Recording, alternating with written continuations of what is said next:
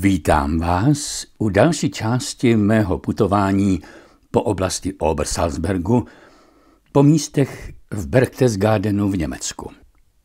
Jsme teď 100 až 150 metrů od Hitlerova Berghofu, od hotelu Zum Türken a mezinárodního hotelu Kempinski na okraji prostoru, kde bývala kasárna SS. Kasárna sloužila pro potřeby a ochranu špiček nacistického vedení, kteří v okolí kasáren bydleli. Hitlera, Bormana, Göringa, Speera a dalších. Byl to rozsáhlý obytný komplex pro strážní oddíl SS a byl postaven v roce 1937. Než se po celém prostoru projdeme a prohlédneme si, jak vypadá dnes, pojďme si ukázat, jak tento obytný komplex vypadal. Nejprve si všimněte, že celý prostor byl doslova na dohled od hotelu Zum Türken a samotné Hitlerovy rezidence Berghofu. Zde byla ubytovna řidičů, ošetřovna, pošta nebo mateřská školka, dále středisko stavebního plánování, hospodářská správa kasáren, ubikace kasáren, výcviková hala pro tělesnou stráž a úplně vzadu vidíme hotel Platterhof a ubytovnu personálu hotelu Platterhof. 25.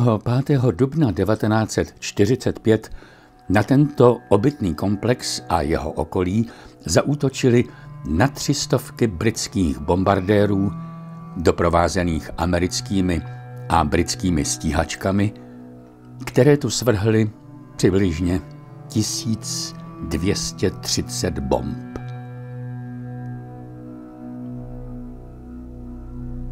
Dnešní procházku ukončíme u dodnes stojícího hotelu Zum Türken, ale teď začneme na konci lesní cesty, přibližně v tomto místě, kterou bychom došli k dnešnímu dokumentačnímu centru i k ruinám Hitlerovy rezidence Berghof.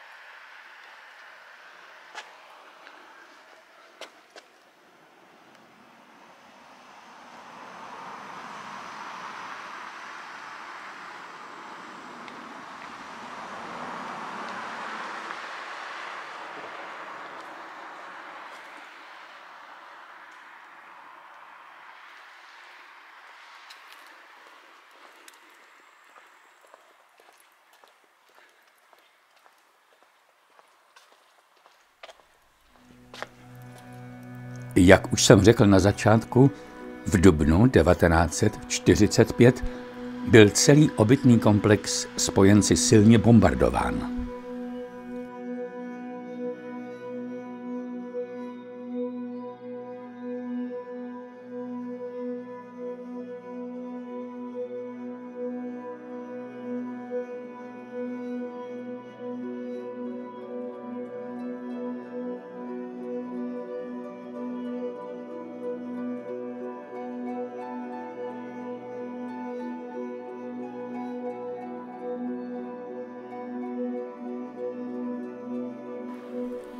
Většina budov byla značně poškozena a následně po obsazení oblasti Američany, aby se nestala poutním místem pro neonacisty, byly ruiny vyhozeny do povětří a nejen nadzemní části staveb, ale i všechny podzemní prostory byly důsledně odstraněny.